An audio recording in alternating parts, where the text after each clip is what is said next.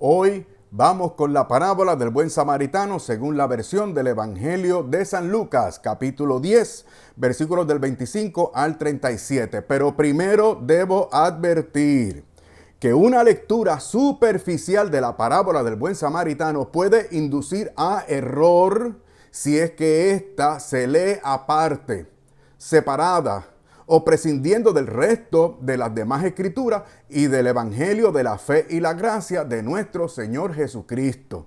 Vamos a leer y verás a lo que me refiero. A partir del versículo 25 del capítulo 10 de Lucas, dice: cierto intérprete de la ley se levantó y para poner a prueba a Jesús dijo. ¿Cuál fue la intención? Poner a prueba al Señor. Maestro, preguntó él, ¿qué haré para heredar la vida eterna? Eso era lo que quería él saber qué hacer para heredar la vida eterna. ¿O acaso la intención era, como explicita el texto, probar al Señor o hacerlo quedar mal? Bueno, seguimos.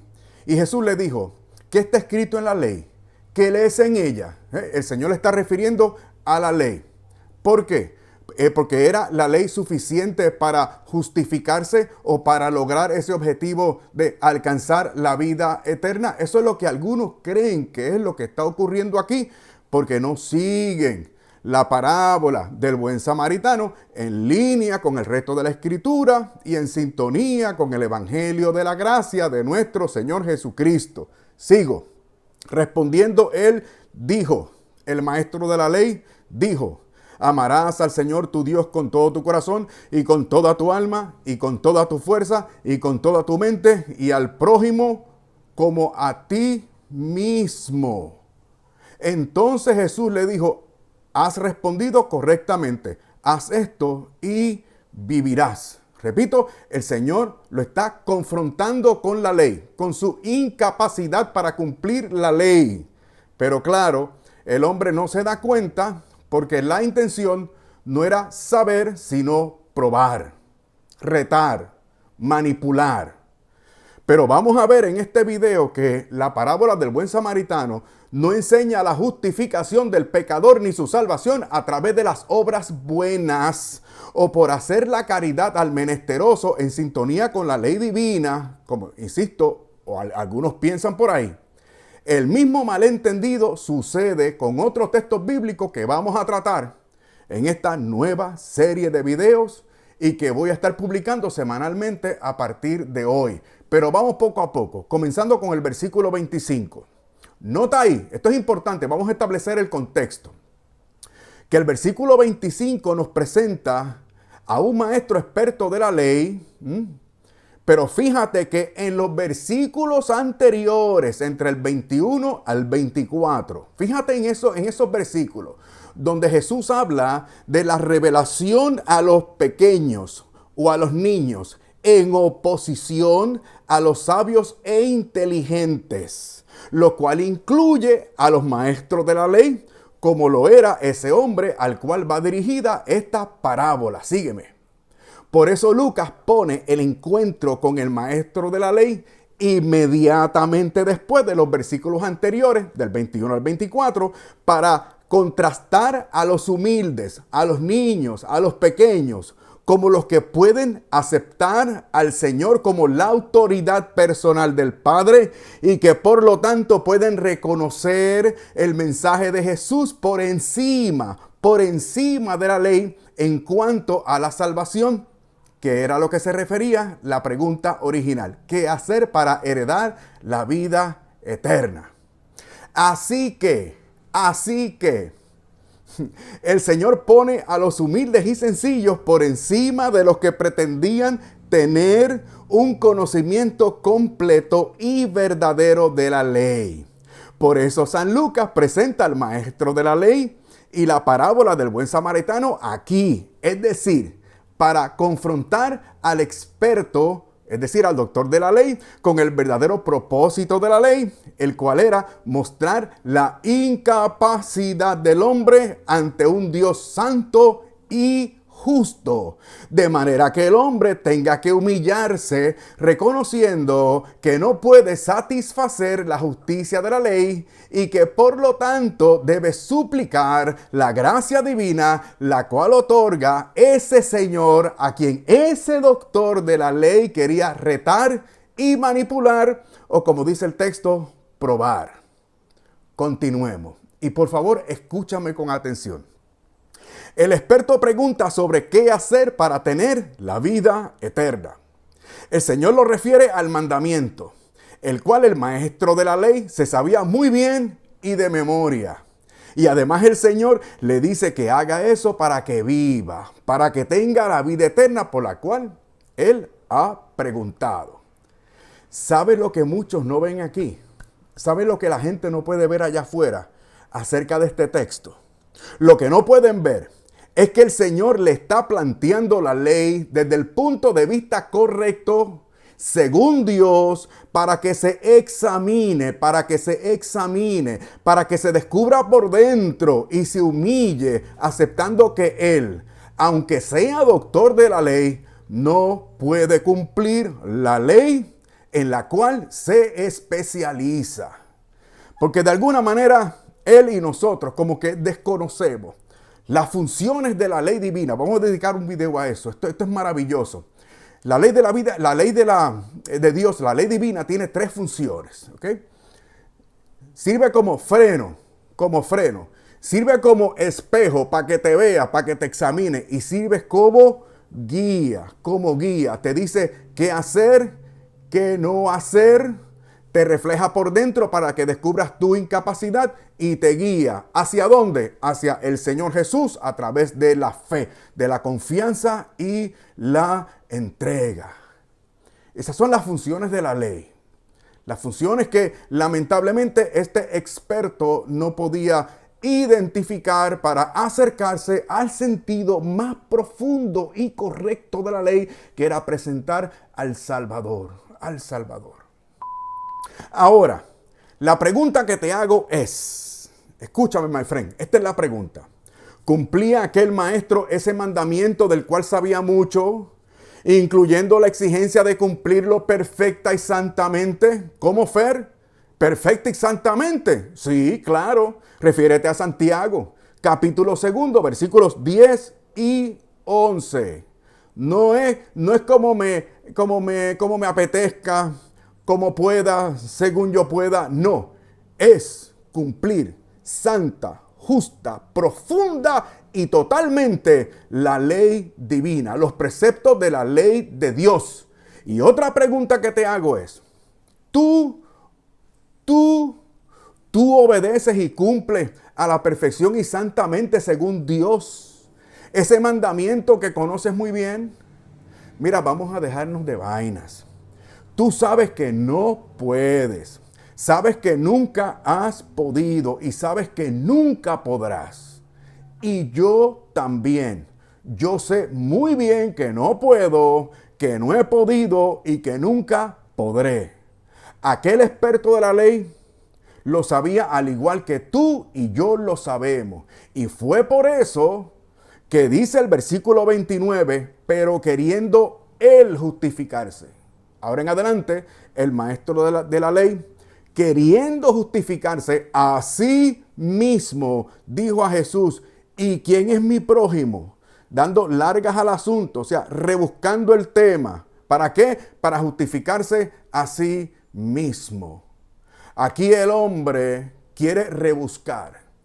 Este doctor de la ley quiere rebuscar el mandamiento para encontrarle atenuantes que le permitan cumplir la ley lo más fácilmente posible, desde el exterior, o sea, nominalmente hablando. O sea, él quiere considerar al prójimo de manera más restringida, según interpretó la tradición judía posterior. Tenía varios ejemplos, te voy a dar dos nada más. Por ejemplo, en la regla de la comunidad, eso está en los manuscritos del Mar Muerto, en la comunidad de Qumran. Ahí los esenios establecen que debían amar a los hijos de la luz. ¿Quién eran los hijos de la luz? Eran los miembros de la comunidad. pero aborrecer por otro lado a los hijos de las tinieblas. ¿Quiénes eran los hijos de las tinieblas para ellos? Los gentiles y los judíos apóstatas. O sea, es decir, el prójimo eran los míos, los que estaban en sintonía conmigo, mis queridos. También en el Talmud de Babilonia, ahí algunos rabinos enseñaban que los préstamos sin intereses debían hacerse solo a los prójimos y no a los gentiles. O sea, ¿quiénes eran los prójimos? Los judíos, los pares, los de la nación, los que pensaban y estaban en sintonía con ellos. Esos eran los prójimos. Ese era el prójimo. Pues bien, son esas las interpretaciones que se imponían en aquellos tiempos y que Jesús corrige y amplía en varias ocasiones, pero especialmente en esta parábola del buen samaritano. Pero nota otra cosa interesante, esto es bien interesante, y es que las explicaciones restringidas sobre quién es el prójimo, en definitiva, son compatibles con el texto en el que se basaban de Levíticos capítulo 19, versículo 18. Levíticos 19, 18. Ahí dice literalmente: no tengas o no te vengarás, ni guardarás rencor a los hijos de tu pueblo, sino que amarás a tu prójimo como a ti mismo. ¿Lo estás viendo? ¿A quién debemos amar? ¿Quién es el prójimo al que debemos amar como a nosotros mismos según ese mandamiento? A los hijos, en el Levítico, a los hijos de tu pueblo. Esto es tremendo. Esto es tremendo porque aquí ahora el Señor Jesús nos demuestra que Él es la autoridad con potestad para hacer verdaderamente plena a la santa ley de Dios, lo cual a su vez la hace más difícil, o sea, elevada. Digamos la verdad, inalcanzable, porque es santa, es perfecta, es justa. ¿Okay? Refleja la santidad de un Dios todopoderoso, todo santo. Y esto entonces pone por otro lado al Señor Jesús como el único capaz de cumplirla. Y por eso vemos en esta parábola a Jesucristo siendo identificado como el verdadero samaritano. ¿Quién es el samaritano en la parábola? Escúchame bien.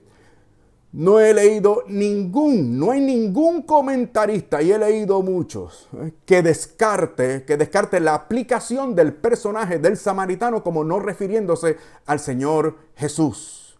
Así que en definitiva, el buen gran samaritano es nuestro Señor, Dios y Salvador Jesucristo. Él sí cumple la ley, Él sí la cumplió, Él sí la llevó a cabo. Perfecta, totalmente, íntegramente. Y por ahí, por otro lado, andan diciendo que es posible portarse bien para tener la vida eterna. Si haces como el buen samaritano de esta parábola, tienes vida eterna, vas para el cielo, no te preocupes. Estás justificado. Ay, mi madre. Es más, escúchame bien.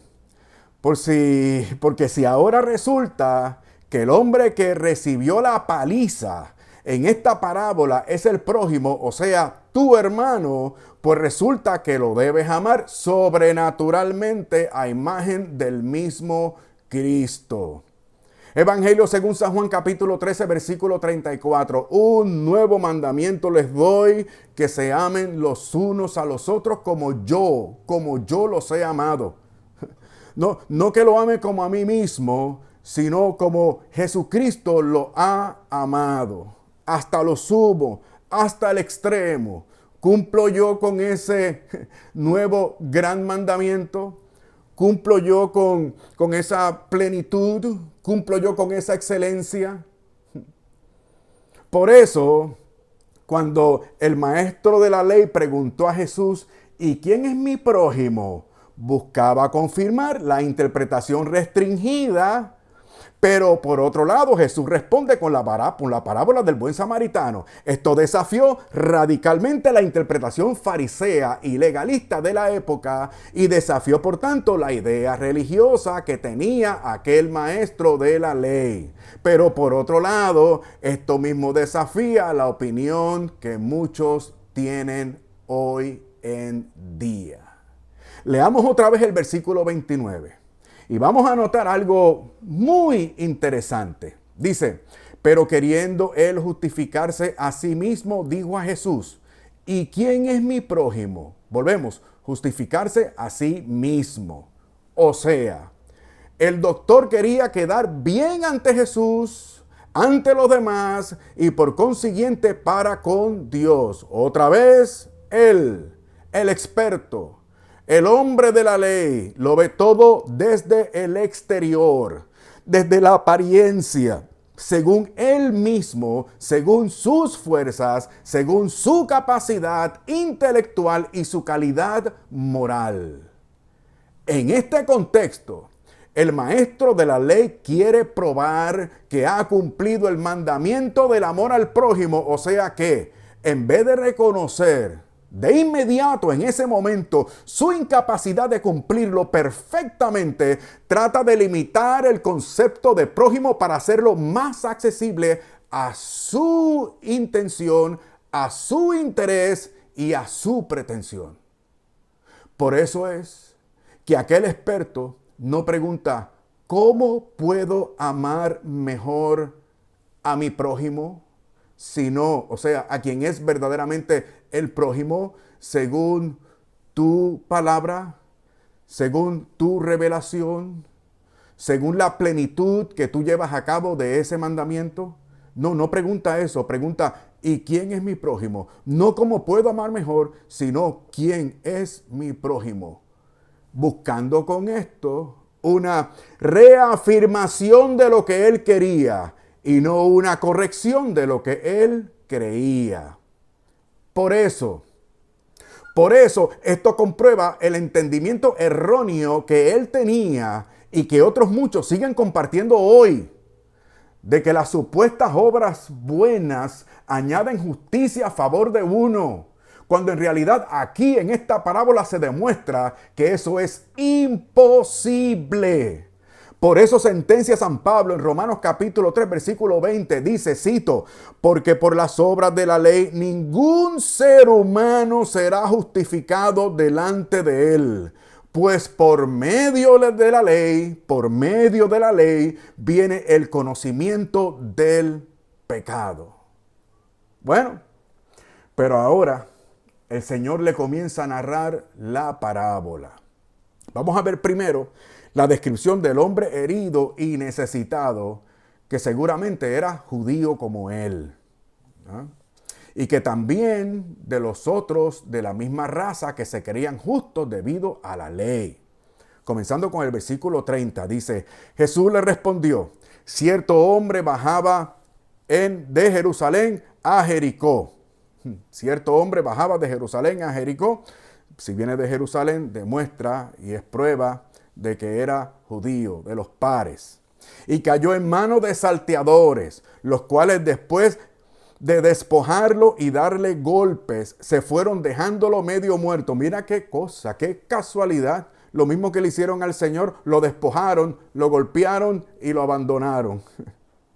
Y cuando lo vio, sigo citando, ahora el versículo 31, y cuando lo vio, pasó por el otro lado del camino.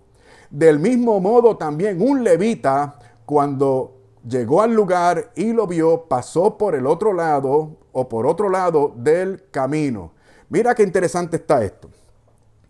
Quizás el primero, el sacerdote, pensó que estaba muerto y claro, pues no quería contaminarse con un cadáver, porque según la ley, según cierto precepto, quedaba impuro aquel que tuviera contacto con un cadáver. Pero qué interesante, porque el sacerdote también bajaba de Jerusalén, al igual que el levita. O sea, ya habían cumplido con su responsabilidad, podían hacer la caridad al menesteroso y después, ya que no estaban ascendiendo a Jerusalén, sino que venían de Jerusalén, podían entonces hacer lo que prescribía la misma ley para purificarse. Pero no. Impusieron la letra por encima de la intención de la letra, que como ya hemos establecido es infinitamente mucho más elevado. Pero el levita llegó al lugar, lo que implica que probablemente lo vio y claro, estaba vivo todavía, se movía, se quejaba, pero se entiende que por el miedo de que durante el proceso pudiera morirse y como quiera tener contacto con el cadáver, quedar impuro también. O sea que el caso del levita, el caso del sacerdote es gravísimo, puesto que él estaba por encima y le tocaba un cumplimiento más excelente de la ley. El levita, que en este caso era como un asistente del sacerdote, se esperaba también un cumplimiento bueno, cabal de la ley, pero pecó gravemente también en el sentido de que muy probablemente lo vio con vida. Bueno, sigamos. Ahora vamos a ver la descripción del hombre justo, del samaritano. ¿Quién es el hombre justo ahí? El samaritano, que sí cumplió la ley cabalmente y como ya hemos establecido y reconocen todos los comentaristas bíblicos, representa aquí al Señor Jesucristo. ¿Okay? Sí, con esto quiero decir que ellos han encontrado también otras aplicaciones de este personaje. Vamos a seguir con el versículo 33 hasta el 35. Dice, pero cierto samaritano que iba de viaje, llegó a donde él estaba y cuando lo vio tuvo compasión. Acercándose le vendó sus heridas, derramando aceite y vino sobre ellas. Nota el cuidado, aceite y vino. El aceite como el vino servía, bueno, ya ustedes saben, para desinfectar y el aceite para lubricar las heridas y entonces que no haya dolor, como antiséptico y también para evitarle el dolor y las molestias y poniéndolo sobre su propia cabalgadura. ¿Sabe lo que esto significa? Que el buen samaritano se bajó para subir al hombre herido, al hombre golpeado. Lo subió, lo cual implica que el samaritano se bajó, caminó a pie y a quien le dio entonces el beneficio de estar más cómodamente en la cabalgadura, pues ya ustedes saben. Y lo llevó a un mesón y lo cuidó. Al día siguiente, sacando 2 denarios, se los dio al mesonero y dijo, cuídalo y todo lo demás que gaste cuando yo regrese, se lo pagaré. Ahora en la tercera parte, el Señor Jesús insiste en confrontar al que se cree justo por el cumplimiento imperfecto, pero prepotente de aquel hombre, de aquel maestro de la ley. A partir del versículo 36 dice, ¿cuál de estos 3 piensas tú que demostró ser prójimo del que cayó en manos de los salteadores? El intérprete de la ley le respondió, el que tuvo misericordia de él. Qué interesante. No le dijo, el que se portó bien fue el samaritano. El prójimo fue el samaritano. El que hizo lo correcto fue el samaritano. Ni siquiera quería responder con ese sustantivo, sino que dice, el que tuvo misericordia. Porque como ustedes saben, samaritanos y judíos no se llevaban y hasta se despreciaban. Ve tú y haz lo mismo, le dijo Jesús. Ve tú y haz lo mismo.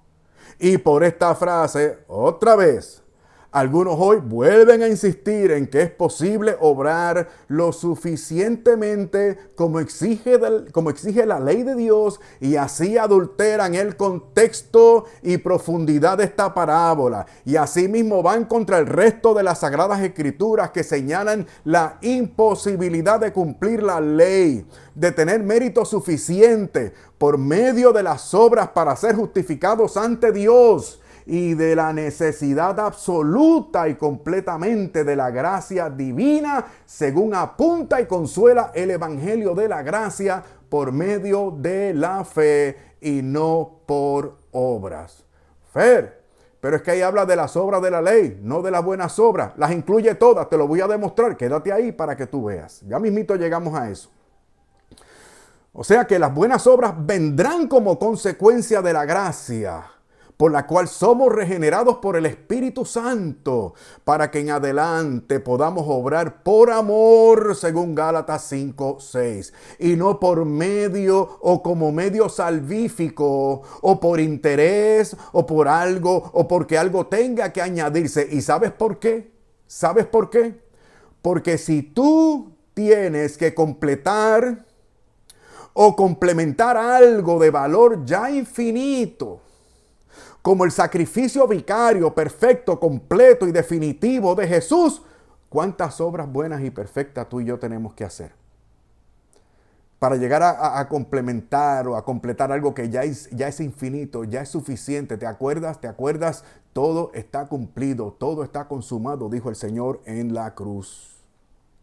Como ves entonces, en esta parábola el Señor está confrontando al maestro de la ley para que reconozca su incapacidad. Lo mismo vamos a ver con el encuentro del joven rico, del Señor con el joven que se llama el joven rico, de ese encuentro, de esa narración. La vamos a tratar en el próximo video, porque ahí también algunas personas se excusan o se basan para arguir que las obras son necesarias para completar o añadir a lo que hizo ya el Señor, y que por tanto la confianza y la entrega no son suficientes para la justificación. Eso lo vamos a ver.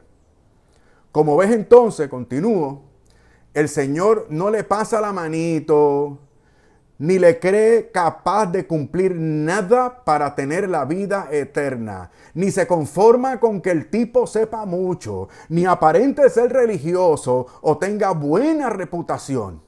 Y de la misma manera, tú tampoco debes conformarte. Y de la misma manera, tú, contrario al maestro de la ley, debes reconocer tu incapacidad. Tú, por otro lado, tú diferentemente, debes reconocer tu incapacidad y completa bancarrota espiritual y moral. Nota entonces que el pasaje que hemos visto hoy queda abierto. Esto es interesante también. El Señor le dice, ve y haz tú lo mismo. Pero no se relata la reacción o respuesta de aquel maestro de la ley. Interesante, ¿no? Entonces, por tanto, el pasaje queda abierto para ti y para mí. Examínate, pues. Yo también tengo que examinarme. Tenemos que hacerlo con toda la Escritura. En el caso nuestro, que contamos con la fe apostólica en el resto de los escritos inspirados del Nuevo Testamento, nosotros deberíamos saber, o nuestros pastores, o nuestros sacerdotes deberían mostrarnos la verdad sobre la distinción, diferencia y relación entre la ley y el Evangelio, pero como no lo hacen, como confunden una cosa con la otra, como les interesa más sus intereses ideológicos, personales y carnales, no nos explican, no nos predican la verdad y así nos engañan, aunque nos cueste la vida eterna. Mira, lo sé por experiencia. O sea, desde hace un par de años, lo estoy predicando, lo estoy proclamando. Todo es gracia, gracia, gracia, gracia. Nos toca confiar, nos toca entregarnos. Nos toca creer en el Señor Jesús, a sentir el gran don de la fe para ser justificados delante del Señor. Lo que hacemos bien, lo hacemos bien con la ayuda de la gracia divina, no para completar nada a la vida, pasión, muerte y resurrección de nuestro Señor Jesucristo, sino por amor, ahora movido por el Espíritu Santo, que a través de sus mociones en nosotros actúa para que nosotros hagamos esas obras esas obras que el Señor ya ha dispuesto de antemano que nosotros practicáramos. Pero ya no más. Ya no más. Dios te quiere para Él, pero es según sus términos, según su revelación en Cristo, de acuerdo con toda la Sagrada Escritura. Según el contraste y la escandalosa contradicción entre la ley de Dios que no puedes cumplir y el santo evangelio que te anuncia el perdón de todos tus pecados por la obra suficiente de Jesucristo, repito, con su vida, pasión, muerte y resurrección. Y esto, my friend, lo obtienes por medio, únicamente por medio de la fe, para que como consecuencia, puedas acceder al proceso de santidad, por las obras que ya de antemano dispuso Dios que practicáramos. Efesios capítulo 2, versículo 10. Esto es importante. Nota ahora. Y si crees que todo esto que hemos dicho hasta aquí tiene que ver solamente con la ley de Moisés, te tengo una noticia. No hay obras buenas que no tengan que ver con toda la ley de Dios. Todos somos responsables de hacer las obras de la ley que nos apliquen como gentiles. Por eso mismo San Pablo en Romanos, su carta a los Romanos capítulos 1 y 2, insiste en que los no judíos también son culpables de violar la ley, debido a que la ley es como quiera evidente a todo ser humano, ya sea judío o gentil. Todos pecaron. Estén conscientes o no de la ley de Moisés y de todos los preceptos divinos. En conclusión, no es posible para el hombre escapar del estándar divino de perfección, y por eso se hizo absolutamente necesario que Jesucristo viniera a nuestro rescate, para que nosotros pudiéramos ser justificados unilateralmente por la pura gracia de Dios, independientemente de lo que ya hemos probado que es insuficiente para el hombre. Fíjate pues, que ya desde el principio en su carta a los Romanos, San Pablo avisa que el evangelio que expone en contraposición a la ley es tanto para judíos como para gentiles. Dice, Romanos capítulo 1, versículos 16 y 17, porque no me avergüenzo del evangelio. ¿Por qué te vas a avergonzar por qué nos avergonzamos del evangelio? ¿No es suficiente? No, pórtate bien, haz lo que puedas, no te preocupes. ¿Qué más da? Él te entiende, Él sabe. Mucho cuidado, porque insistir en el evangelio, solamente en el evangelio, prescindiendo de la ley, eso es gracia barata, eso es adulterio espiritual. Y por otro lado, enfatizar solo en la ley, prescindiendo de la buena noticia del evangelio de gracia a través de la fe, eso es legalismo. No me avergüenzo del evangelio, pues es poder de Dios para salvación de todo el que cree, del judío primeramente y también del griego, también para nosotros que no somos judíos, que somos gentiles, también para ti y para mí, para ellos y para nosotros. Sigue diciendo, porque en el evangelio la justicia de Dios se revela por la fe, y para la fe, como está escrito, mas el justo, judío y gentil, por tanto, por la fe vivirá. Esto indica que cualquier tipo de obra, y no solo las relacionadas a la ley mosaica, que intente ganarse la justicia ante Dios, es incompatible con la justificación solo por la gracia de Dios a través del don de la fe. Como ves entonces, todo parte de la gracia, todo se realiza por la gracia, todo es gracia de principio a fin. Y sin la gracia de Dios en Cristo es imposible estar en buenos términos con Dios.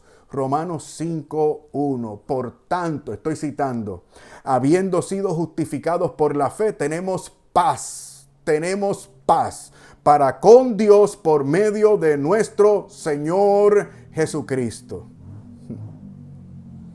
Él es el camino, Él es la verdad, es la vida. Nadie va al Padre sino a través de Jesucristo.